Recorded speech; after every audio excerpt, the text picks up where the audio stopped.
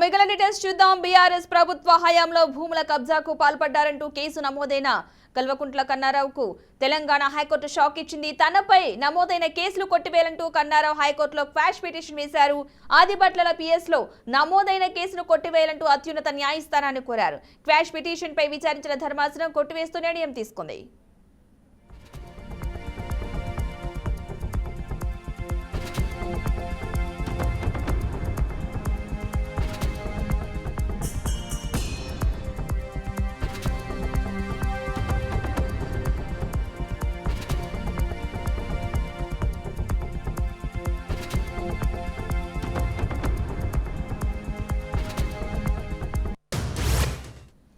BRS ప్రభుత్వ హయాంలో భూముల కబ్జాకు పాల్పడ్డారంటూ కేసు నమోదైన కల్వకుంట్ల కన్నారావుకు తెలంగాణ హైకోర్టు షాక్ ఇచ్చింది.